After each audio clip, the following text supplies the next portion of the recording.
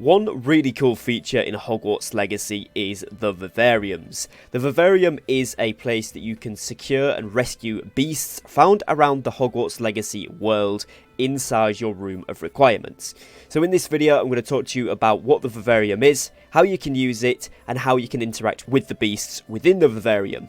It is going to contain a few mild spoilers, particularly in terms of the progression of the Vivarium and the room of requirements as a whole, so if you do want to save yourself on that, please save this video and come back to it at a later point. So firstly, what is the Vivarium? The Vivarium is a place where you can store beasts that you rescue from around the world, and these can be all different types of beasts. And you are able to put them in here, you can interact with them, you can feed them, you can pet them, and you can create a little world inside each of these Vivariums from your room of requirements for them to live in. In total, inside each Vivarium area, there is 12 active beasts allowed on the ground, as it were, and 4 different types of species per Vivarium. Now, as you can see, the first one that you get is the one in the center here. You then get 2 up to the left and to the right of this one, and finally, once you get to the point where you are rescuing a phoenix for Deke, you will actually unlock the 4th one.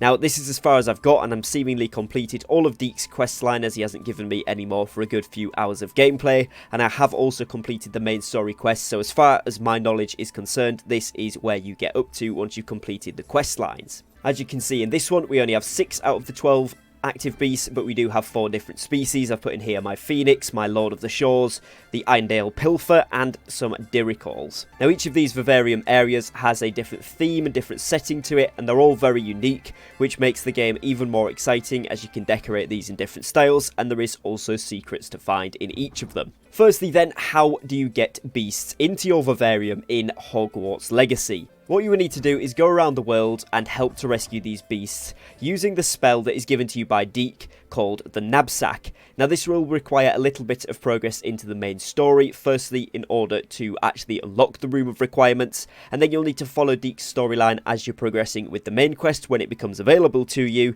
to actually get use of the Knapsack. Now, once you have this, as you can see from the gameplay I'm showing to you, you will simply go up to beasts, cast the Knapsack on them, and this will help you to catch them. Now, things like Puffskeins, which are pretty easy to capture, they only require 1 press of your hotkey in order to be able to get this capture. These are fairly easy, but some of the more difficult ones, particularly such as unicorns, when you get to that point, you will want to use one of your yellow spells, particularly as you can see on my hotbar here. I find Arresto Momentum seems to be one of the best spells for this, as it does freeze them in place, which gives you enough time to mostly capture these. Some beasts will require you to do it twice in order to get them, as they can be particularly tricky. But what you'll do is rescue them into your knapsack. Once you've captured the beast, you will take them back to your room of requirement. Now, it's worth noting that the knapsack does have a limited amount of slots, so you will have to actually put some beasts into your Vivarium. Of course, those expand as you progress through Deke's quests as well, so you have more areas to put them into. And then any extra additional ones that you have at that point, it is probably wise to sell so that you've always got space to pick up a particular creature or beast if you want to do so. Now, one really crucial thing to note about trying to get beasts in Hogwarts Legacy is there is actually animal dens or beast dens situated around the map, denoted by these little paw prints. You can hover over them to see which type of beast that it is, and these are really great locations to head over to in order to be able to catch beasts, particularly if you're looking for that kind of beast, or you're trying to find rare versions of that type of beast as well, as these can often spawn at these den areas. So now we know how to get the beasts into your Vivariums in Hogwarts Legacy. What do you actually do with them once they are inside? Well, let's take a look into my first Vivarium here. I've put some random building stuff around, some decorations, and I've been having a bit of fun with what you can actually do in here. One of the main things that you can of course do, and again you will unlock these spells by continuing down Deke's questline, is brush them and feed them. Now, this is particularly good because once you do both of them, so as you can see here, they are fed, and I'll come back to that in a moment, but once you do both of these interactions with your animals, they will actually give you their magical ingredients, which is used for upgrading gear throughout Hogwarts Legacy. So you can go around and you can feed and pet each of these animals. Now, as you can see, I'm not feeding these, but they are already fed, and that is because I have a conjuration here, which is of course the feeding station. The feeding conjuration, along with all of the other conjurations that I'm going to speak about in today's video, are of course obtainable through Tomes and Scrolls, which is in Hogsmeade Village. So if you don't have any of those, or you want to see where you can get them from, head over to there and you will have to purchase them from that shop. So as you can see, if you use your conjuration spell inside the Vivarium area, you can click onto beast items here and you can get yourself a beast feeder. It costs 8 moonstone to place down, and this will automatically feed the beasts in the area for you, which gives you one less task to do when you come in, which is just going to be to brush them. Now, as you'll be able to see as I'm going around here, some of these have got materials for me, and as I am brushing them, of course they're already fed, but you would have to feed them also if you don't have a feeder. They are now popping up with the materials that I can claim. So I can go ahead and interact with the individual ones, or I can open up my beast menu or press F again with one I've already claimed and cycle through using on keyboard and mouse. It is A and D, but it will be your respective keybinds for a console to scroll through and actually pick up and show me. And another thing that you can do through this menu is, as you can see here, this Jobberknoll needs a brush still. So what we can do is, again, on PC, this is T to summon. On console, it will be in the bottom middle of your screen. You'll be able to see it bottom right hand corner. You press whatever the respective keybind is to summon it, and then you can go ahead and interact with it there so that you can go ahead and collect the drop. You can also bring up your beast management window, which again on PC the hotkey for this is H, but if you look in the bottom right just above my spells toolbar, you'll be able to see what that button is for you on your respective console.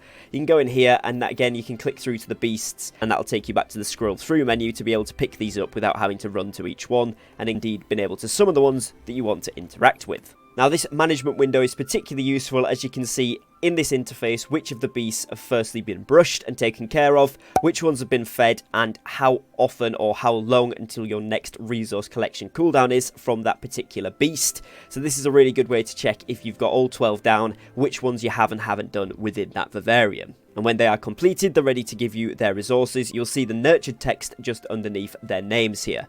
Now, it is important to note here, if you are interested particularly, you can rename beasts. So if you go up to one and interact with them specifically, again, you can press the rename keybind at the bottom right hand corner here, and you can change the name to whatever you would like it to be, which is a really cool little feature as well. Now, the other thing that you can do with beasts that you've captured, of course, is breeding. And the breeding pen is something, again, you will have to unlock. But once you do unlock it, you're going to be able to place this down for 15 moonstone. Now, again, this is a particularly big item, so you will want a good amount of space to be able to place this down. You're going to have to make sure that your beasts are not in the way when you're trying to place this down, otherwise it won't let you place it, of course. But once it is placed within the Vivarium, you can go over to it, you can interact with it. Now, if you have a full Vivarium like I have got here, it says at least one space must be available in the Vivarium to breed a new beast. Manage beasts to make space. So again, you can go back into the beast management window and you can actually take any of these and press the hotkey to move to inventory, and that will free up a space so that you can breed some new and potentially rare beasts, which we'll touch on in just a moment's time. Now, if you do actually have space for additional beasts inside your Vivarium, once you go over to the breeding pen, you can choose a species as long as you have a male and female available of that species inside that Vivarium. You can click on that and you can then click breed. If you have multiple of each, then you can choose the breeding pair so you can see which ones you want to put together, and then you click on that one and it takes 30 minutes for those to breed. Now, if you open up your Vivarium management tab here, you can see that the Thestral offspring here is, of course, gestating, which means being created. You've got one here that's nesting, which is, of course, breeding for that offspring. And then we can see all of the other beasts that I have inside this Vivarium. Now, as you can see, I've got several Thestral offsprings here. The question I know is burning on a lot of people's minds is, do the offspring grow up in order to become adults, especially when you get some rare ones? And the answer to that, unfortunately, is I do not know. As far as I can tell, they do not grow up, because I have been playing this game for several hours since having a couple of these. I created another one a few hours ago, and I'm obviously doing another one now. Now, these have been in for a fair amount of game time and haven't seemed to become full Thestrals yet, or non-Thestral offsprings. So I do believe that they do not grow up. However, maybe it's something you unlock much later in the game. That being said, I've pretty much completed the full main story of the game and a lot of the side quests, and this hasn't been unlocked for me yet. So as far as I can tell, the offspring don't grow up. So if you want to keep the shinies or the rares in your Vivarium, cool. And if you do want to sell some of the offspring to make space, that is something that you might have to do. If you do want to go ahead and sell some beasts or some offspring, what you will need to do is head into Hogsmeade and go to the Brood and Peck, which is at the top centre of this map. There you'll be able to sell the beasts to the Brood and Peck, which is another place that rescues them, and obviously has a little bit more space than what we have in our Vivariums. Easiest way to get here is by the North Hogsmeade Flue Fire. So, like I touched on briefly before, there is the possibility to get rare creatures and beasts in Hogwarts Legacy, and that is denoted by the star next to the name. So if I hover over this Niffler here, you can see that it has a Niffler, and then next to that it has the star, which means that it is a rare beast. Now, I also have some named beasts in here, like Irondale Pilferer, which is from a quest. I managed to capture him, but there is also a Niffler here, so this is different. This one doesn't count as a rare per se, but this one does, so we can add them to the Vivarium, and we can see them walking around. They do have the star next to the name.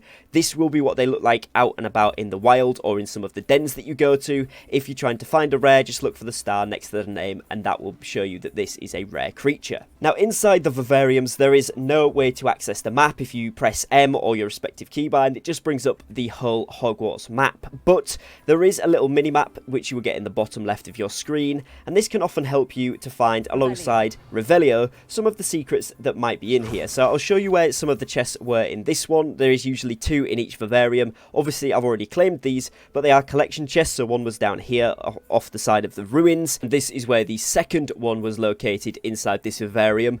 Now, there may be more secrets or more things that I haven't found in each of my Vivariums. Of course, there is resources in these as well, which is great to collect, especially the Moonstone. But if there is some more collection chests or some more secrets inside these areas that I haven't found, please do be sure to let me know about them down below in the comments. So ultimately then, what is the point of having beasts in Hogwarts Legacy other than rescuing them and them being very, very cool? You can actually get a toy box and play with them in there if you really want to, but they do have a crucial role in the game, which is the upgrade materials they give you when you look after them. So for example, if we go onto some of the gloves that I have here, we can click View Upgrade, and this is going to tell us what materials are required to upgrade this item. So we can go ahead and do the first tier. You can see there is 3 upgrades total. So for the next one, I would need Thestral Hair, Mooncalf Fur again, and this time I would need Fwooper Feathers. So obviously I would need to go and get Fwooper, I would need to look after them and get that upgrade. Each piece has different upgrade options and materials. So as you can see here, this piece going to level 2 requires 3 Jobberknoll Feathers, 1 Niffler Fur and 1 Toadwarts. So you can go ahead and upgrade that one. And then to actually get this the top level, you're going to need 5 different ingredients, which again, I can currently do, so I'll do that to show you guys what it does. And that gets you, obviously, a big boost to the item. It does give you some player XP in the top left as well.